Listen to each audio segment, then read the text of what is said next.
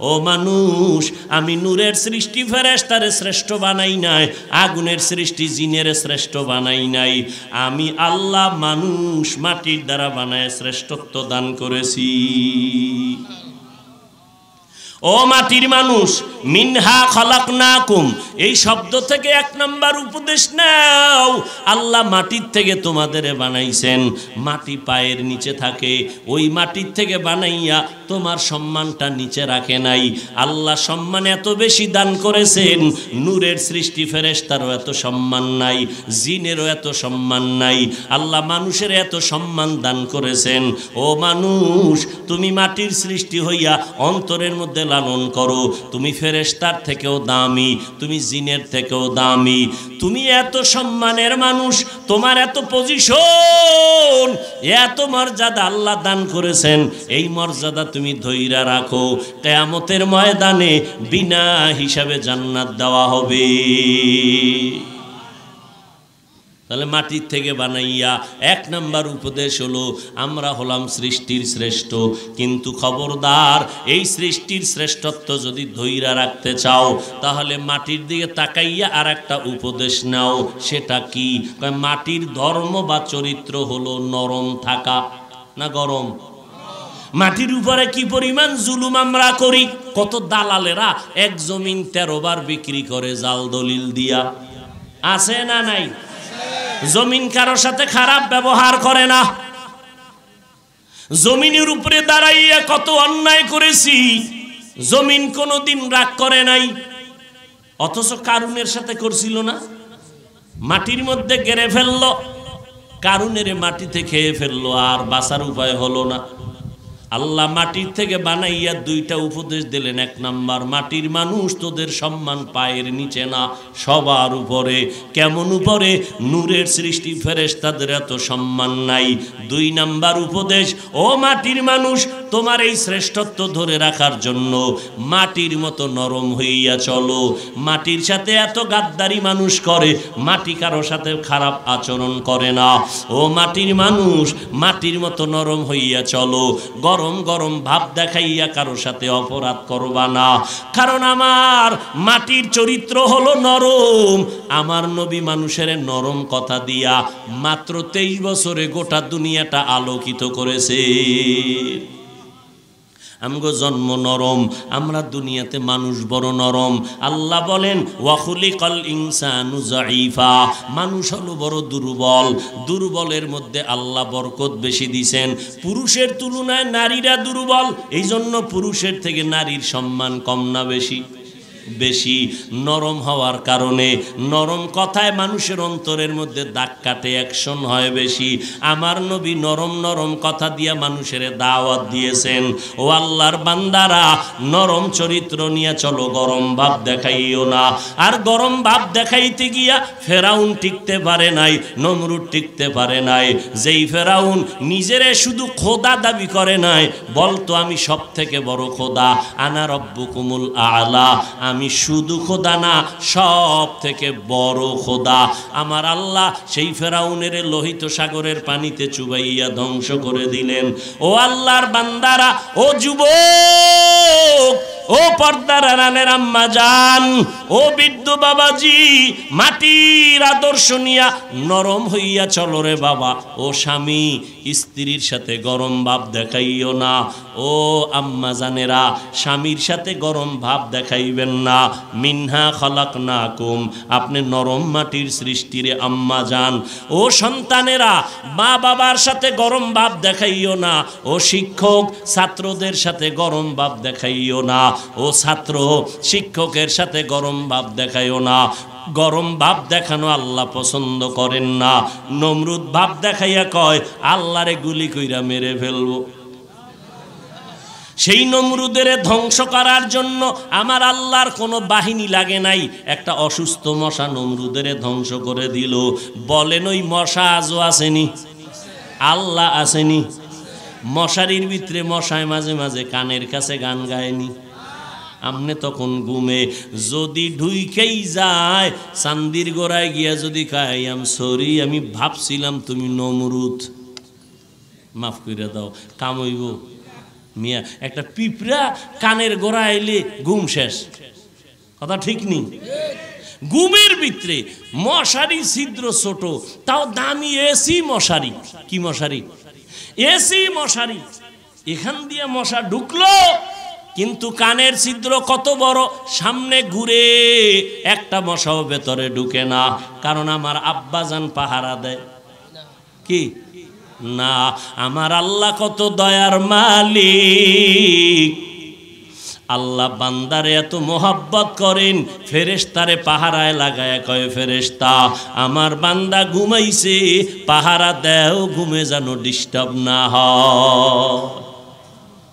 মশায় যদি মেজাজটা গরম করে, উপায় আসেনি বাঙালি? সংসদ ভবনে এমপি সাহেবের ঢুকতে পাস লাগে, লাগে না? লাগে না? মশার ঢুকতে কোনো টিকিট লাগেনি। কালা পোশাক যদি কয় 3 বছরের জেল, টের পাবা 3 মিনিট পরে সিফায় গেলে, কথা ঠিক নি? এক মশা দেখছেন নি ডেঙ্গু, কথা কয় না? আমার কাছে লাগছে যে করোনার থেকেও ভয়ঙ্কর, কথা ঠিক না? কত মানুষ মরে গেল, তাজা তাজা যুবক মরে গেল। ওই মশা, সবার আওয়াজ সারা দিকে চতুর্মুখী মশা। এই মশাকে কেন্দ্র কইরা কোটি কোটি কোটি কোটি মানুষের পেটে ভাত আসে মশার কারণে। দেখছেন নি? মশা না থাকলে এই কোটি মানুষ না খায় মরে যায়। মশা আছে বিদায় কয়েলের ফ্যাক্টরি, মশারির ফ্যাক্টরি, স্প্রের ফ্যাক্টরি, হাজার হাজার মানুষ ফ্যাক্টরিতে কাজ করে, বেতন নেয়। কাম কি? মশা তাড়ানের ফ্যাক্টরিতে আছে। মশার ফিকিরে আমার খানা আইয়ে, এরপরও মশা তাড়াইতে পারলা না। আমার আল্লাহ ঘুমের মধ্যে ফেরেশতা দিয়া পাহারার ব্যবস্থা করে দিলেন। রে বাবা, ওই আল্লাহরে চিনলা না? যদি আমার আল্লাহরে চিন্তা, সেজদা আল্লাহকে না দিয়া বটগাছ আর পীরের মাজারে দিতে পারতা না। আমার নবীজির থেকে বড় পিসাবকে আম্মা নাই, হঠাৎ করে বুঝা শুনে বলেন, ফট করে বইলা লেন নাই। আমার নবীজির থেকে বড় পীরের নাম কি দেখছেন? নবীজির থেকে বড় কোন পীর, বড় মুহাদ্দিস, বড় মুফতি, বড় মুফাসসির আছে? সবাই একমত? সবাই একমত না দ্বিমত আছে কারো? আহ, ওই নবীর কোনো প্রয়োজন হলে কার কাছে চাইতেন? নবী যদি আল্লাহর কাছে চাইতে পারে, আপনি কি নবীর থেকে দামি? তা আপনি আল্লাহর কাছে চাইতে সমস্যা কি? মানুষের কাছে পিছনে দৌড়ান কেন? তাও তো জিন্দা মানুষের কাছে গেলে কিছু পাইতেন। গেছেন যে কবরে পইরা রইছে, কোনো শক্তি নাই এমন ব্যক্তির কাছে গেছে। আল্লাহ আমাদের বুঝার তৌফিক দান করে। ভাইরা আমার, আল্লাহ পাক বলেন, গরম ভাব দেখাইও না। ও নবীর আশিক উম্মতেরা, নবীর মোহাব্বত নিয়া, নরম ভাব নিয়া চলো। নরম ভাবের প্রথম পরিচয়, ও স্বামী স্ত্রীকে দেখা হলে ঘরে যাইয়া সালাম দাও। শান্তি আর নরমের প্রথম পরিচয় সালাম। কি? বউরে সালাম দেয় না, শালিরে দেয়, দেয়নি? বেআইন সাহেবারে দেয়। আর সালাম কি? সালাম আছে, স্টাইল হয়ে গেছে। সামাইকুম সালাম দেয়, সামাইকুম। তার মানে তোর উপরে আল্লাহর গজব। হে ঘুরায় খায় ওয়ালাইকুম, তোর উপরে আগে। এই হলো সালাম। ও যুবক, বিএ পাস করলি, আইএ পাস করলি, মেট্রিক পাস করলি, আসসালামু আলাইকুম এই শব্দটা শিখলি না, তুই মুসলমান? এইটা শিখতে হুজুর লাগে। আসসালামু আলাইকুম এটা শিখতে হুজুর লাগে? তো বিএ পাস করলা, আইএ পাস করলা, সব শিখলা, এই শব্দ দুইটা শিখতে পারলা না? তুমি রসুলের আশিক। হ্যাঁ, বেগানারে সালাম দেওয়া জায়েজ নাই, সাবধান। কারণ সালাম নরম, নরমের ভিতরে বরকত বেশি। সালাম দিয়া কালাম হবে, কালামের পরে গুনাহের আগ্রহ বেড়ে যাবে।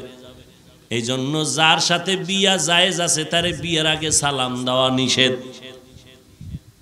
ইসলাম সমর্থন করে না, কারণ ইসলাম চায় শান্তি, অশান্তি চায় না।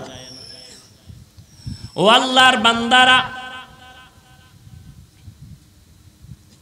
পর্দার আড়ালের আম্মা জান, ও যুবক, নরম ভাব নিয়ে চলো, গরম ভাব দেখাইও না। আল্লাহ তোমারে নরম বানাইছেন, নরম আদর্শ দিয়া চলো রে বাবা। আল্লাহরে সেজদা দাও, মা বাবার সম্মান করো, ওলামায়ে কেরামের পরামর্শ নিয়ে চলো। তোমার মতো কত যুবক অনেকে মনে মনে ভাবে হুজুরদের কথা মানতে গেলে বুঝি হুজুর হওয়া লাগবে, স্কুলে পড়া যাবে না, ব্যবসা করা যাবে না, চাকরি করা যাবে না, স্বাধীনতা থাকবে না। আমি উল্টা বলে গেলাম, রেকর্ড করে রাখো কলবের ভিতরে, মোবাইলের মধ্যে না। কারণ মোবাইল হইল মানুষ ধ্বংসের একটা, কি বলবো, যন্ত্র, এত বিশাল যন্ত্র। ও আমগো দেশে কাঠ দিয়া ঘর বানায়, কাঠের ঘর, কাঠ সুন্দর, এত সুন্দর কাঠের আড়া, ভিতর দিয়ে একটা পোকা আছে, এটারে ধ্বংস করে দেয়। উপর দিয়া দেখা যায় ভালো, ভিতরে কিচ্ছু নাই। মোবাইল এমন একটা গজব, জাতিরে ধ্বংস করে দিল। লেখাপড়া ধ্বংস, যৌবন ধ্বংস, জীবন ধ্বংস। ও যুবক, বুঝলা না রে বাবা? পাও ধরলে যদি বুঝতা, পাও ধরতে রাজি আছিলাম। ও যুবক ভাই, তোমার এই মোবাইলের কারণে আজকে সারাটা রাত মোবাইলের দিকে তাকায় তাকায় কবিরা গুনাহ করো। কবিরা গুনাহ কইরা রাত কাটাইয়া দিলা, অথচ রাতের ঘুম তোমার শরীরের জন্য আল্লাহর দেওয়া একটা ঔষধ। রাতের ঘুম ঔষধ, যেই রাতের ঘুম নষ্ট করতেছো কবিরা গুনাহ করার মাধ্যমে। জানো না রে বাবা, তোমার কিডনি দিন দিন নষ্ট হচ্ছে, খবর নাই। তোমার চোখের পাওয়ার নষ্ট হয়ে গেছে, খবর নাই। কানের পার্স নষ্ট হচ্ছে, হার্ট দিন দিন দুর্বল হয়ে যাইতেছে, তোমার খবর নাই রে বাবা।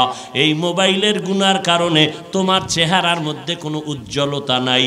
আল্লাহর কসম, তুমি পৃথিবীর শ্রেষ্ঠ মেডিসিনও যদি লাগাও, কোনোদিন উজ্জ্বলতা ফিরে আসবে না। গুনার কারণে দিন দিন চেহারা নষ্ট হয়ে যাবে। কত যুবকেরা এখন রাস্তায় পাগল হয়ে ঘুরে, কি জগতের মোবাইল নিয়ে গেমস খেলা খেলা পাগল হয়ে গেছে। এই যুবক হয় নাই বাবা, হয় নাই? আমি হয়তো শুই না কই, তুমি তো জানো, সত্য জানো, আছে, হয় নাই? ঢাকার ছেলে ছাদে বইয়া গেমস খেলে মোবাইলে, কক্সবাজারের ছেলের সাথে খেলতে খেলতে এবার নিজে মোবাইল হয়ে গেছে। অর্ধুলঙ্গ ঘুরে, মাও চিনে না, বাবাও চিনে না। সত্য না মিথ্যা? তোমারে কি বলতে পারি, তুমি আবার কবে পাগল হইবা তারিখটা আমার একটু জানাও, কারণ তুমিও তো ওই পথের পথিক। এই মোবাইলের কারণে মায়ের সাথে বেয়াদবি করছো, খেয়াল কর। একটা কথা যদি বানায় কই বল, আমি মাপ চাও। এই মোবাইলের কারণে বাবার সাথে বেয়াদবি করেছো। এই মোবাইল ঠিক রাখতে গিয়া মায়ের টাকা চুরি করছো, তুই চোর। বাবার টাকা চুরি করেছো, বন্ধুর টাকা চুরি করেছো। যখন মা বাপ দেয় না, তখন মা বাবারে গালি দিছো। তোরে আল্লাহ শান্তি দেবে, আল্লাহ তোর কাছে ধরা। এত বড় বেয়াদবরে আল্লাহ শান্তি দিবে, এত সোজা। এই জন্য বললাম, পাগল তুইও হবি, তারিখ কবে বল। কারণ এত মানুষের বরদোয়া নিয়া বাঁচবি কেমনে? মায়ের বরদোয়া, বাবার বরদোয়া, শিক্ষকের সাথে বেয়াদবি, এই মোবাইল।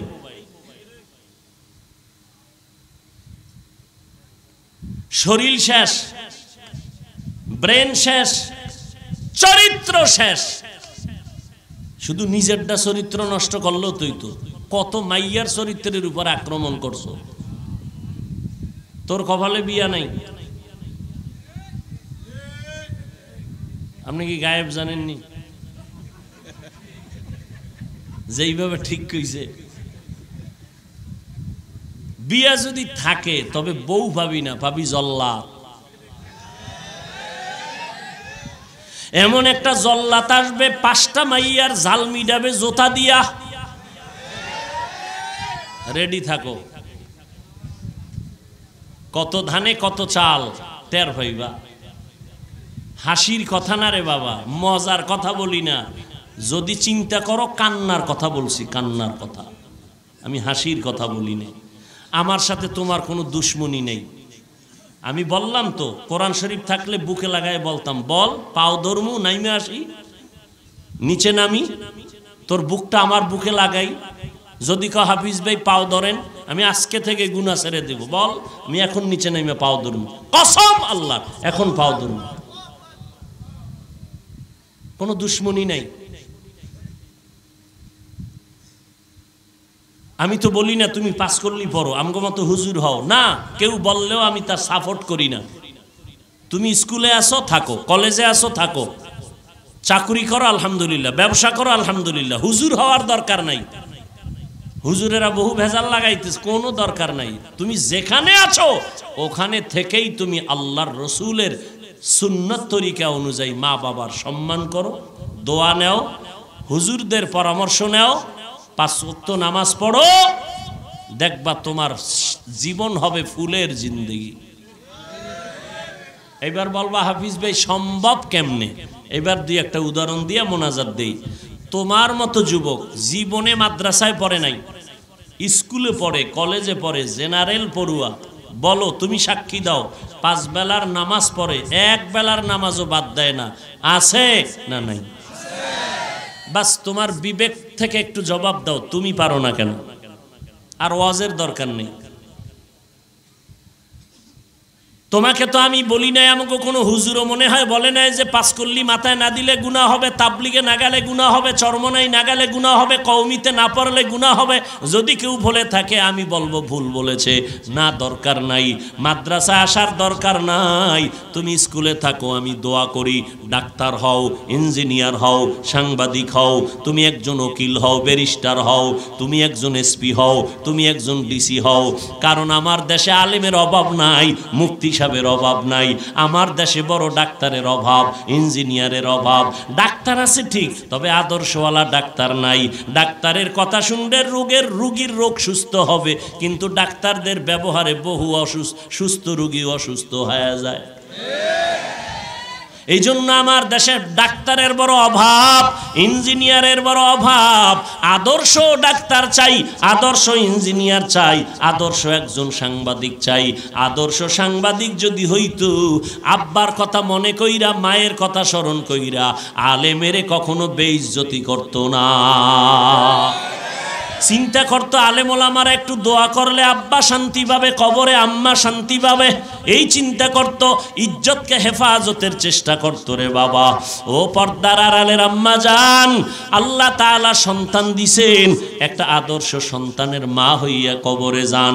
এই যুবকেরা মোবাইল তো চালাবি, আমি হুজুর কেন, মক্কার ইমাম আইয়াও যদি পাও ধরে তোরা মোবাইল ছাড়বি না, তবে কেমনে যে ফিরাবো, দোয়া ছাড়া কোনো পথ নাই। তবে একটু পরামর্শ দিয়া যায়, মাঝে মাঝে যদি সময় পাও, মোবাইল টোবাইল চালানের শেষ, চালাইতে চালাইতে এবার রেডি হইছো ঘুমাবি, ঠিক এই সময় মাঝে মাঝে আমার অনুরোধটা একটু খেয়াল করবা। ওই সময় মাত্র 1 মিনিট মোবাইলে তেলাওয়াত লেখা সার্চ দিবা, দেখবা মক্কা মদিনার ইমামের তেলাওয়াত হাজির, একটার উপরে টাচ করবা, তেলাওয়াত চালু হয়ে যাবে। মোবাইলটা বালিশের পাশে রাইখা তুমি চুপচাপ ঘুমায় যাবা।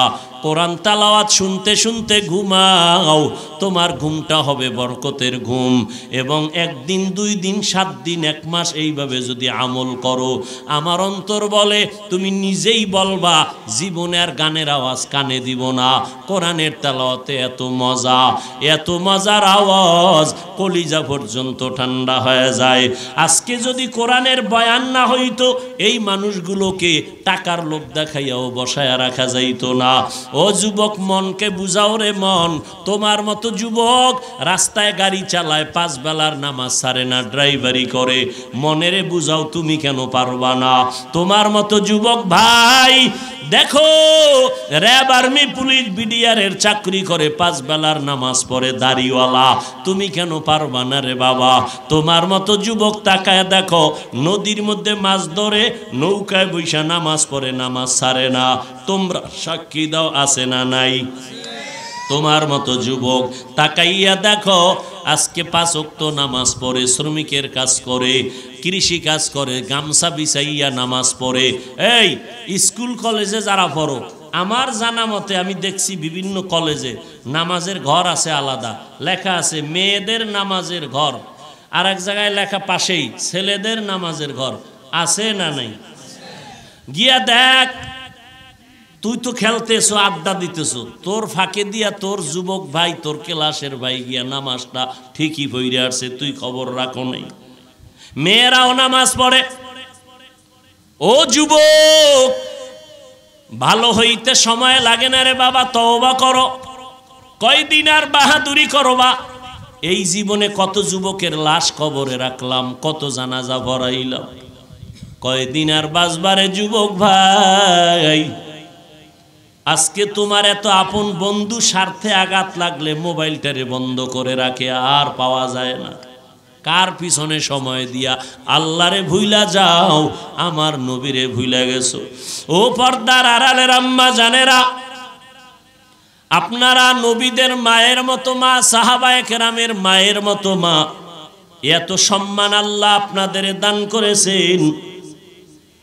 আম্মা জান আয়েশা রাদিয়াল্লাহু আনহার মতো নারী, ফাতেমা রাদিয়াল্লাহু আনহার মতো নারী, খাদিজা রাদিয়াল্লাহু আনহার মতো নারী।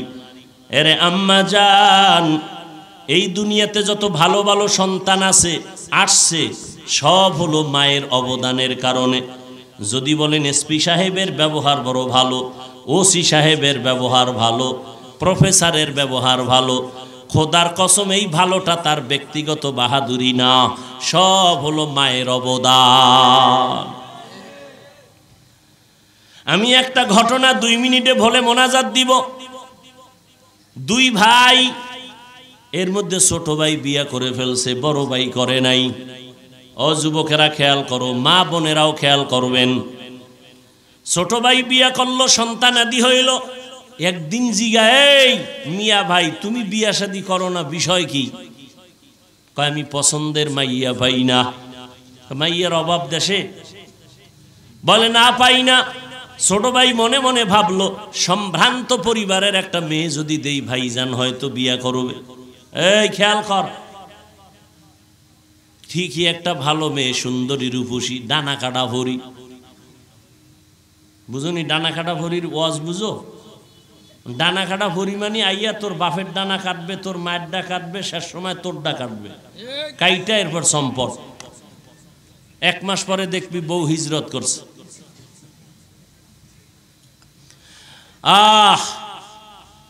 বড় ভাই শুই না, কয় না এই টাকার সুন্দরী আমি চাই না। তুমি চাও কি? একটু খুইলে খাও আমার। কয় আমি এমন একটা মাইয়া চাই, আমার অর্ধাঙ্গিনী, যে আমার হাতটা ধইরা আমাকে জান্নাতে ঢুকায়া দিবে। আমি এমন একটা যুবতী মেয়ে চাই, আমার বউ বানাবো, যে আমার একটা সন্তান আদর্শ বানাইয়া দিবে, এমন সন্তান উম্মতের রাহবার হবে। ছোট ভাই কয় এমন মাইয়াও ভাবা না, তোমার কপালে বিয়া নেই। বড় ভাই কয় শুইনা রাখ, আমার অন্তরের নিয়ত যদি ঠিক হয়, খাঁটি হয়, আমার মাওলা একদিন আগে পরে আমার আশা পূরণ করবে। তুমি নিয়তি করছো বিয়ার আগে বিদেশ যাওয়ার ভিসা নেওয়া লাগবে, কে আসেনি? একাম কথা কয় না। তোমার মাইয়া বিয়া করুম, বিদেশ যাওয়ার ভিসা দিবানি, তো বিয়া কইরা বিদেশ গেলে বউ পাহারা দিবে কে? কয় আমার ছোট ভাই। হাসো কেন? এই অপরাধ চলে না? শান্তি আসবে কিভাবে? এরপরও আল্লাহ কিছু শান্তি রাখছে মুহাম্মদের উম্মত হওয়ার কারণে। না হয় ঘুমের তুইটা দেখতা চেহারা নষ্ট হয়ে গেছে, অন্য পশুদের মতো হয়ে গেছে গুনার কারণে। ছোট ভাই এই কথা বলে চলে গেল। বড় ভাই আল্লাহর কাছে দোয়া করে, আল্লাহ তুমি আমার মনের আশা পূরণ একজন নেককারিনী স্ত্রী দাও, যারে দিয়া দুনিয়ার সুন্দর বাগান সাজাবো, জান্নাত পেয়ে যাব। মনে মনে দোয়া করে, আর কোনো আওয়াজ নাই। হঠাৎ করে খবর পাইল পাশের এলাকায়, ওই এলাকার মসজিদের ভিতরে মাঝে মাঝে একজন বড় আল্লাহওয়ালা আসেন, মানুষের জন্য দোয়া করেন, একটু পানি ভরা দেয়, জারফুক দেন, তাহাজ্জুদ পড়ে, মানুষের আমলের বয়ান করে। বড় ভাই দৌড়াইয়া চলে গেল। যাওয়ার পরে সাত সকালে হুজুরের কাছে গিয়া দোয়া নিল, হুজুর দোয়া করবেন। কথা বলতে না বলতে মসজিদের জানালার বাইরে দিয়া একটা যুবতী মেয়ে সালাম দিল হুজুরকে, সালামু আলাইকুম, হুজুর কেমন আছেন? ও আম্মা তুমি কে? আমার বাড়ি এই পাশে। কি করো? বলে আমি ঘরে থাকি। তোমার বিবাহ হয়েছে? বলে হয় নাই। তোমার বাবা কি করে? হুজুর আব্বার জন্য আসছি, আমার আব্বা বড় অসুস্থ, একটু অন্তর ভরে দোয়া করবেন। তোমার বিবাহ হয়েছে? বলে না। কেন? তোমার বয়স কি হয় নাই? বলে হ্যাঁ হয়েছে। ওই বড় ভাইটা কিন্তু হুজুরের পাশে বসা। মেয়েটা বলতেছে হুজুর দোয়া করবেন। আমি বিয়ার জন্য দোয়া করি, মনের মতো পুরুষ পাই না। কেমন মনের মতো পুরুষ চাও? মেয়েটা জানালার ফাঁকা দিয়া পর্দার আড়াল থেকে বলতেছে হুজুর এমন একটা স্বামী আমি চাই, আমার হাতটা ধরে আমারে জান্নাতের মধ্যে ঢুকায় দিবে।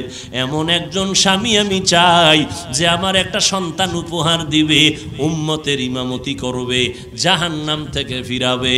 এইবার যুবক ডাক দিয়া কয়, বড় ভাই হুজুর আমার মনের চাহিদা মতো মেয়েটারে আমার মনে হয় লাগতেছে, আপনি যদি মধ্যখানে থাইকা একটু প্রস্তাবের মাধ্যমে ব্যবস্থা করেন।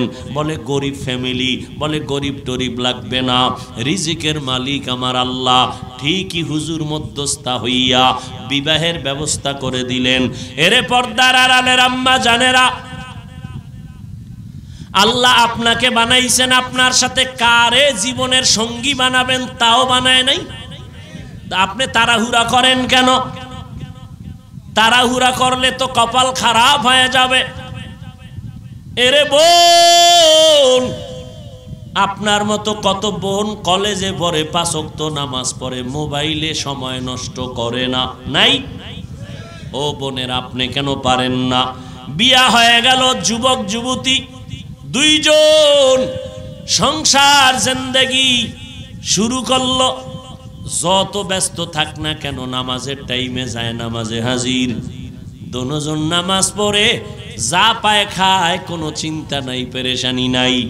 মোনাজাতে দুজনে কান্না করে আর দোয়া করে, আল্লাহ এমন একটা সন্তান দাও যেই সন্তানের দ্বারা আমরাও জান্নাতের ফয়সালা হবে, উম্মতেরও জান্নাতের ফয়সালা হবে। আল্লাহ এমন একটা সন্তান দিয়েছেন, ওই সন্তান জমিনে আইসা বড় হইয়া হাতের পাওয়ার দিয়া বাইতুল মুকাদ্দাস, যেই মসজিদ প্রথম কেবলা মুসলমানের, যেখানে বর্তমানে যুদ্ধ চলতেছে কঠিনভাবে, ওই বাইতুল মুকাদ্দাস জালেমের হাত থেকে নিজে নিয়ে আসলেন, ক্ষমতা খাটাইয়া। মিশর হাতের মুঠায় নিয়ে আসলেন, সিরিয়া হাতের মুষ্টিতে নিয়ে আসলেন। ইতিহাসের পৃষ্ঠার মধ্যে স্বর্ণাক্ষরে তার নাম লেখা। ওই মা বাবার সন্তান, গুগলে সার্চ দিয়া বাসায় গিয়া দেখবা, ওই সন্তান ইতিহাসের শ্রেষ্ঠ সন্তান সুলতান সালাউদ্দিন আইয়ুবী রহমাতুল্লাহ আলাই।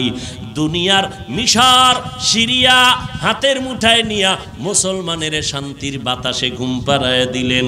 মুসলমানের প্রথম কিবলা জালেমদের হাত থেকে মুক্ত করাইলেন সুলতান সালাউদ্দিন আইয়ুবী।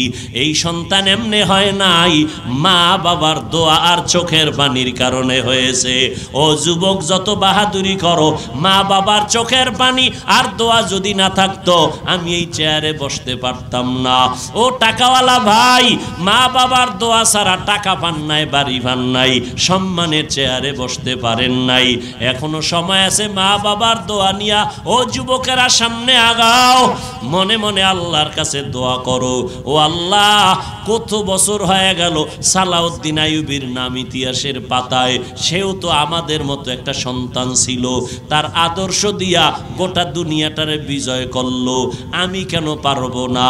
ও আল্লাহ, তুমি আমারে কবুল করে নাও, আজকে থেকে আর নামাজ ছাড়বো না, আর বেপরদায় চলবো না, আর দাড়ি কাটবো না, মা বাবার সাথে বেয়াদবি করবো না, ওলামায়ে কেরামের পরামর্শ নিয়ে নবীর তরিকা মতো চলবো, নবীর সুন্নাত অনুযায়ী চলবো, আর কোনোদিন গুনাহের কাছেও যাব না, আর কারো হক নষ্ট করব না, আর দেশের বিরুদ্ধে জাতির বিরুদ্ধে ষড়যন্ত্র করব না। ও আল্লাহর বান্দারা, তওবা করার যদি নিয়ত হয়, মা বাবার দোয়া নিয়ে সামনে আগাইও, ওলামায়ে কেরামের পরামর্শ নিয়ে এখন থেকে তওবা করো, আল্লাহকে মনে মনে ডাকো আর বলো, আল্লাহ, আমার মতো গুনাহগার এই প্যান্ডেলে কেউ নাই, গুনার করার কারণে আমার হাত দুইটা নাপাক, চোখ দুইটা নাপাক, জিহ্বাটা নাপাক, আব্বা আম্মা ভাই বোনেরা কেউ জানেন আমি কত বড় গুনাহগার। ও আল্লাহ, আপনি জানেন, এরপর আপনি রাগ করিয়া পানি বন্ধ করেন নাই, সম্মানের চেয়ার থেকে ফালাইয়া দেন নাই, আজকে থেকে খাঁটি তওবা করলাম, মরিয়া গেলে যাব, আর নামাজ ছাড়বো না, আর বেপরদায় চলবো না, নবীর তরিকা মেনে ওলামায়ে কেরামের পরামর্শ নিয়া মা বাবার দোয়া নিয়া চলবো। তওবা করার মতো যদি অন্তর তৈরি হয়, আল্লাহ তওবা কবুল করে নিবেন, তবে সবার কপালে তওবা নসিব হবে না। আমার নবী 13টা বছর আবু জাহালকে দাওয়াত দিলেন, একবারও আবু জাহাল কালেমা পড়ে নাই। এই জমিন আবু জাহালের মতো পাথরওয়ালা অন্তর নিয়ে কিছু মানুষ বসে থাকবে, হাজারো বয়ানে দিলটা নরম হবে না, তওবাও করবে না, বয়ানের পরে বাইরে গিয়া সমালোচনা করিয়া নিজের গুনার পাল্লা ভারী করবে। আর একদল উম্মত থাকবে, ওমরের মতো গুনার মেজাজ নিয়ে যখন ঢুকবে, হঠাৎ করিয়া মরণের কথা স্মরণ হবে, কবরের আযাবের কথা মনে পড়লে এমন তওবা করবে, আল্লাহর কাছে তওবা করে নামাজি হয়ে যাবে। ও আল্লাহর বান্দারা, যাদের অন্তর তৈরি হয়ে আছে, নেক আমল আর ছাড়বা না, নামাজ ছাড়বা না, নবীর তরিকার বাইরে চলবা না, অন্তরে যদি তওবার নিয়ত খাঁটি হয়, দুর্বলতা যদি না থাকে, খাঁটি তওবার নিয়তে দুটো হাত আমার আল্লাহকে দেখায়া দাও। আয় আল্লাহ, হাতগুলো কবুল করে নেন, তওবা কবুল করে নেন, তওবার উপরে মজবুত হইয়া চলার মতো তৌফিক দান করেন, আমিন।